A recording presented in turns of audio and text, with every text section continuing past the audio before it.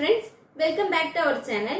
நம்மளோட சேனலுக்கு நீங்க புதுசுனா சேனலை மறக்காம subscribe பண்ணி பக்கத்துல இருக்கிற பெல் பட்டனை கிளிக் பண்ணி ஆல்ங்கிற ஆப்ஷனை செலக்ட் பண்ணி வச்சுக்கோங்க. நான் போடுற வீடியோஸ் உங்களுக்கு நோட்டிஃபிகேஷனோட வரும். உங்களோட friends and ஃபேமிலிக்கு ஷேர் பண்ணி சப்போர்ட் பண்ணுங்க. நான் இன்னைக்கு உங்க முன்னாடி எடுத்துட்டு வந்திருக்கிற வீடியோ பாத்தீங்கன்னா ஒரு hair care routine video. Hair care ரொட்டீன்ங்கிறது வந்துட்டு நம்ம ஹேருக்கு கரெக்டா ஆயில் அப்ளை பண்ணி ஹேர் வாஷ் பண்ணி கரெக்டா நம்ம மெயின்டெனன்ஸ் கொடுத்துட்டு வந்தோம்னாலே ஹேரோட டெக்ஸ்சரை கரெக்டா நம்ம மெயின்டைன் பண்ணலாம். அதை எப்படி மெயின்டைன் பண்றங்கிறது இந்த வீடியோ ஃபுல்லாவே நான் போட்டிருக்கிறேன். வீடியோவை ஸ்கிப் பண்ணாம ஃபுல்லா பாருங்க. என்னோட ஹேர் எப்படிங்கிறத நான் உங்களுக்கு இன்ட்ரடியூஸ் பண்ணிடுறேன். என்னோட hair by birth soft and சில்கியா இருக்கும். ஆனா டென்சிட்டி வந்துட்டு கம்மியா இருக்கும். நான் இதுவரை என்னோட ஹேருக்கு எந்த ஒரு ஸ்ட்ரைட்னிங் டூல்ஸோ ஹீட்டிங் டூல்ஸோ வந்துட்டு யூஸ் பண்ணனதில்லை. ஆனா என்னோட ஹேர் பாத்தீங்கன்னா ஸ்ட்ரைட்டன் பண்ணன மாதிரி தான் இருக்கும். ஒருவேளை சாஃப்ட் அண்ட் சில்கியா இருக்கிறதுனால டென்சிட்டி குறைவா என்னன்னு தெரியல. எனக்கு எப்பவுமே ஹேர் growth வேணா இருக்கும். ஆனா டென்சிட்டி வந்துட்டு கூடவே செய்யாது. ஆனா இந்த ஹேருக்கும் நான் மெயின்டெனன்ஸ் கொடுக்காம இருந்திருந்தேன்னா என்னோட ஹேரும் ஃப்ரிஸி ஆகிறதுக்கு நிறைய சான்சஸ் இருந்திருக்குது. நான் என்னோட ஹேருக்கு என்னெல்லாம் ஃபாலோ பண்றேங்கிறத இந்த வீடியோல போட்டுக்கிறேன். வாங்க வீடியோக்குள்ள போகலாம். ஆயிலிங்க்கு நான் இன்றைக்கி எடுத்துருக்கிறது பார்த்தீங்கன்னா வீட்டிலையே தயாரித்த தேங்காய் எண்ணெயும் அது கூட நல்லெண்ணெய் எடுத்துருக்கிறேன். உங்களுக்கு தேவைப்பட்டதுன்னா விளக்கெண்ணெய் கூட இது கூட ஆட் பண்ணலாம். மூணுமே ஒரே ரிசல்ட் தான் கிடைக்கும். அதுக்கப்புறம் எல்லார் வீட்லேயுமே தாளிப்பு கரண்டி இருக்கும். அப்படி இல்லைன்னா இது மாதிரி கொஞ்சம் பெரிய கரண்டி வந்து இருக்கும். அதில் 3 எண்ணெயும் சேர்த்திட்டு அல்லது 2 எண்ணெய் நல்லா மிக்ஸ் பண்ணி கேஸில் வச்சு சூடாக்கி எடுத்துக்கலாம். கை பொறுக்கிற அளவு சூடு இருந்தால் போதும். நல்லா கேஸில் வச்சு சூடாக்கிட்டு எடுத்துகிட்டு வந்து நான் திங்கக்கிழமை நைட்டே ஹேருக்கு கொஞ்சமாக ஆயில் அப்ளை பண்ணி வச்சிட்டேன். ஹேரில் உள்ள சிக்கு ஃபுல்லாகவே நல்லா 2 சைடு வகடு எடுத்து சிக்கு ஃபுல்லாக உடச்சாச்சு. எப்போவுமே ஹேர் ஆயில் அப்ளை பண்ணுறதுக்கு முன்னாடி சிக்கெல்லாம் உடச்சிட்டோம்னா நமக்கு வந்துட்டு ஹேரில் ஆயில் அப்ளை பண்ணும்போது முடி வந்துட்டே இருக்காது. நம்ம சிக்கு உடைக்காமையே ஹேர் ஆயில் அப்ளை பண்ணோம்னா முடியெல்லாம் கையில் வந்துட்டே இருக்கும்போது இரிட்டேட்டிங்காக இருக்கும். நம்மளுக்கு ஹேர் ஆயில் அப்ளை பண்ணுறதுக்கே ஒரு இன்ட்ரெஸ்ட் இருக்காது. நல்லா ஹேர் ஆயில் அப்ளை பண்ணி தலை ஃபுல்லாக மசாஜ் பண்ணிவிட்டு முடியோட நுனி வர ஆயிலை ஃபுல்லாக அப்ளை பண்ணி வச்சுக்கலாம். நம்ம ஹேருக்கு சரியான ஆயில் அப்ளை பண்ணி மசாஜ் கொடுக்கும்போது ஹேரில் உள்ள பிளட் சர்க்குலேஷன் நல்லா கரெக்டாக இருக்கும். அதனால நம்மளோட ஹேர் க்ரோத் அதிகமாகிறதுக்கு இது கூட ஒரு நல்ல ஸ்டெப்பாக இருக்கும். மறக்காமல் ஹேர் ஆயில் அப்ளை பண்ணி நல்லா மசாஜ் பண்ணுங்கள். இது வீக்லி ஒன்ஸாவது கண்டிப்பாக பண்ணினீங்கன்னா ஹேர் க்ரோத் ஆகிறத ஹேர் ஃபால் கம்மியாகிறத நீங்கள் கண்டிப்பாக ரிசல்ட் பார்க்க முடியும். ஒருக்காவோ 2 டைமோ செஞ்சிங்கன்னா ரிசல்ட் கிடைக்காது. ஒரு 2 months 3 months தொடர்ந்து செஞ்சுட்டு இருந்தீங்கன்னா தான் நல்ல ரிசல்ட் கிடைக்கும்.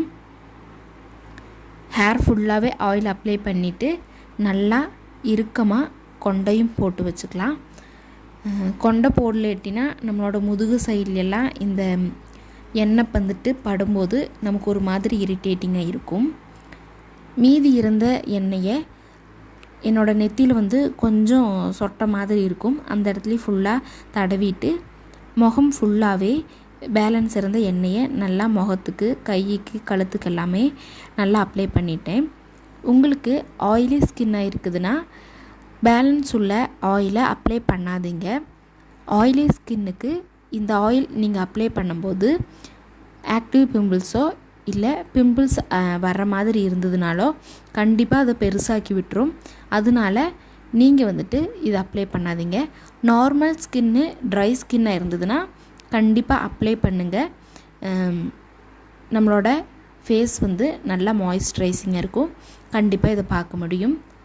ஆயிலிங்கெல்லாம் அப்ளை பண்ணிவிட்டு நம்மளோட ஹேருக்கு நம்ம எப்படி முகத்துக்கு ஃபேஷியலெல்லாம் பண்ணும்போது ஸ்டீம் பண்ணுறோமோ அது மாதிரி ஹேருக்கும் ஸ்டீம் பண்ணலாம். எப்படின்னு பார்த்தீங்கன்னா நல்லா சுடு தண்ணியில் இது மாதிரி நல்லா டர்க்கி டவல் எடுத்துகிட்டு அதை சுடு தண்ணியில் கை பொறுக்கிற அளவு தான் சூடு இருக்கணும்.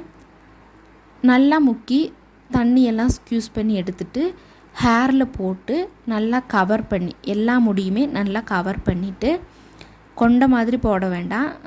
டர்க்கி டவல் வந்துட்டு தலையில் இருக்கும்போது தலை வந்துட்டு வெயிட் ஆகும்போது தலைவலி வரும். அதனால் அதை அப்படியே விட்டுட்டு ஒரு கொஞ்ச நேரம் வச்சோம்னா அதில் உள்ள ஸ்டீமெல்லாம் நம்ம தலையில் போகும்போது வேர்க்கால்கள் வந்துட்டு ஸ்கேல்பில் உள்ள வேர்க்கால்கள் எல்லாம் ஓப்பன் ஆகி நம்ம அப்ளை பண்ணியிருக்கிற ஆயில் ஃபுல்லாகவே நம்மளோட தலைக்குள்ளே போகும்போது நம்மளோட ஹேர் க்ரோத்துக்கு வந்துட்டு இது ஹெல்ப் பண்ணும். ஹேருக்கு ஆயில் அப்ளை பண்ணியாச்சு. செகண்ட் வந்துட்டு ஸ்டீம் பண்ணியாச்சு. ஸ்டீம் வேணும்னா பண்ணுங்கள், இல்லாட்டினா அந்த ஸ்டெப்பை ஸ்கிப் பண்ணிக்கோங்க. அதுக்கப்புறமா நான் ஹேர் வாஷ் பண்ணுறதுக்கு டவ்வோட இன்டென்சிவ் ரிப்பேர் ஹேர் ஷாம்பு தான் எடுத்துருக்கிறேன். ஹேர் ஷாம்பு வந்துட்டு போட்டு ஹேரெல்லாம் வாஷ் பண்ணிவிட்டு கண்டிஷ்னருக்கும் இன்டென்சிவ் ரிப்பேரோட டவ்வில் தான் எடுத்திருந்தேன். ஹேர் ஷாம்பும் போட்டுட்டு கண்டிஷ்னரும் போட்டுட்டு வந்தாச்சு. கண்டிஷ்னர் எதுக்கு போடுறீங்கன்னு பார்த்தீங்கன்னா ஹேர் வந்துட்டு நல்லா கண்டிஷ்னர் இருக்கும். ஹேரில் ஸ்ப்ளிட்டன்ஸ் எல்லாம் வராமல் இருக்கிறதுக்கு தான் கண்டிஷ்னர் வந்து யூஸ் பண்ணுறது. அதுக்கப்புறமா ஓரளவுக்கு வெட்டாக இருக்கும்போதே சீரம் போட்டுட்டோம்னா ஹேர் வந்துட்டு நல்லா சாஃப்டாக இருக்கும். சீரம் எதுக்கு யூஸ் பண்ணுறோன்னா ஹேரோட டெக்ஸ்சரை அப்படியே மெயின்டைன் பண்ணும். அதுக்கப்புறம் ஹேரில் வந்துட்டு ஸ்ப்ளிட்டன்ஸ் எல்லாம் வராமல் பார்த்துக்கும். சாஃப்ட் அண்ட் சில்கியாக இருக்கும். இது வந்துட்டு ஒரு 60 rupees தான் இந்த சீரத்தோட ரேட்டு. மறக்காமல் வாங்கி ட்ரை பண்ணி பாருங்கள். சீரத்தோட ஒர்க் என்னன்னு பார்த்தீங்கன்னா ஃபஸ்ட்டு வந்துட்டு சீரம் நம்ம யூஸ் பண்ணோம்னா first time second time use பண்ணும்போது இது வந்துட்டு நமக்கு தெரியாது பெனிஃபிட்டு. அதுக்கப்புறம் யூஸ் பண்ண இதோட பெனிஃபிட் வந்துட்டு நமக்கு தெரிய ஆரம்பிக்கும். என்னதுன்னு பார்த்தீங்கன்னா ஸ்ப்ளிட்டன்ஸை வந்து இது கம்மி பண்ணிடும். ஹேரை நல்லா ப்ரொடெக்ட் பண்ணி ஹேர் க்ரோத்துக்கு வந்து இது ஹெல்ப்ஃபுல்லாக இருக்கும். சீரங்கிறது வேற ஒன்றும் இல்லை, ஆயிலுக்கு பதிலாக நம்ம யூஸ் பண்ணக்கூடிய ஒரு சாதனம் தான் சீரம். நம்ம வெளியெல்லாம் ஹேர் வாஷ் பண்ணிட்டு போகும்போது ஆயில் அப்ளை பண்ண முடியாது. அதனால அதுக்கு பதிலாக சீரம் யூஸ் பண்ணோம்னா நம்மளோட ஃபேஸில் வந்துட்டு அதோட ஆயிலினஸ் தெரியாமல் இருக்கும். காற்றுக்கு வந்துட்டு முடி பறந்து போகாமல் இருக்கிறத இந்த சீரம் வந்துட்டு யூஸ் பண்ணுறோம். எல்லாருமே ட்ரை பண்ணி பாருங்கள், கண்டிப்பாக ஹேர் க்ரோத்துக்கு இது ஹெல்ப் பண்ணும். இன்னைக்கு இந்த ஸ்டெப்போட ஸ்டாப் பண்ணிவிட்டு நாளைக்கு ஹேர் பேக் போடும்போது எப்படி போடலாங்கிறது நாளைக்கு வீடியோவில் காமிக்கிறேன். ஹேர் பேக்குக்கு நான் எடுத்துருக்கிறது பார்த்திங்கன்னா தேங்காய் தான். தேங்காய் வந்து துருவி எடுக்க வேண்டிய அவசியம் இல்லை. சின்ன சின்ன பீசஸாக கட் பண்ணி மிக்ஸி ஜாரில் போட்டு கொஞ்சமாக தண்ணி ஊற்றி ஃபஸ்ட்டு அடித்து எடுத்துக்கலாம். அதுக்கப்புறமா நிறைய தண்ணி ஊற்றிட்டு நிறையனா ஒரு அளவுக்கு தண்ணி ஊற்றிட்டு அதை அப்படியே ஃபில்ட்ரு பண்ணி எடுத்துக்கலாம். தேங்காயோட பிழியிற ஃபஸ்ட்டு பால் மட்டும்தான் நம்ம எடுக்கணும். ஏன்னா அதில் தான் ஆயில் கண்டென்ட் அதிகமாக இருக்கும். நல்லா திக்காக கூட ஃபஸ்ட்டு இருக்கிற மில்க்கு தான் இருக்கும். அப்ளை பண்ணுறதுக்கு ஈஸியாக இருக்கும்.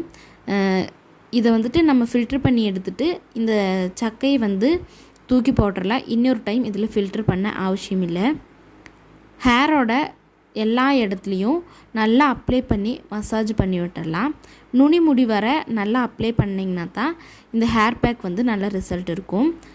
கேரளா சைடெல்லாம் பார்த்திங்கன்னா தேங்காயை அதிகமாக எடுத்துக்குவாங்க. ஃபுட்டுலேயும் சரி, அதே மாதிரி தேங்காய் எண்ணெயில் தான் சமைப்பாங்க. அதுக்கப்புறம் தேங்காயை வந்துட்டு இப்படி மில்க் எடுத்து ஹேருக்கெல்லாம் அப்ளை பண்ணுறதுனால தான் அவங்களோட முடி நல்லா கருப்பாகவும் இருக்குது, நல்லா டென்சிட்டியாகவும் இருக்குது, நல்ல ஹேர் க்ரோத்தும் இருக்கும்.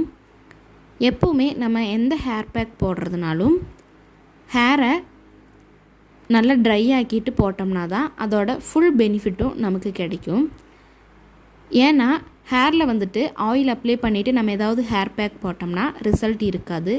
ஆயில் மேலே நம்ம ஏதாவது போட்டோம்னா நிற்காது. அது மாதிரி தான் நம்மளோட ஹேருக்கும் ஆயில் இருக்கும்போது அப்ளை பண்ணோம்னா எந்த பெனிஃபிட்டும் இருக்காது. நான் ஹேருக்கு பேக்கெல்லாம் போட்டுட்டு ஹேர் வாஷ் பண்ணிவிட்டு வந்த உடனே என்னோடய ஹேர் இப்படி தான் இருந்தது. நான் சொன்ன டிப்ஸு, நான் ஃபாலோ பண்ணுற எல்லா ரெமெடிஸும் நான் உங்கள்கிட்ட சொல்லியிருக்கிறேன். யூஸ்ஃபுல்லாக இருந்ததுன்னா மறக்காமல் ட்ரை பண்ணி பார்த்துட்டு எப்படி இருந்ததுன்னு கமெண்ட் பண்ணுங்கள். இதோட நம்ம வீடியோ முடிச்சுக்கலாம். இனி ஒரு புது வீடியோவில் நான் உங்களை சந்திக்கிறேன். அதுவரை பாய்.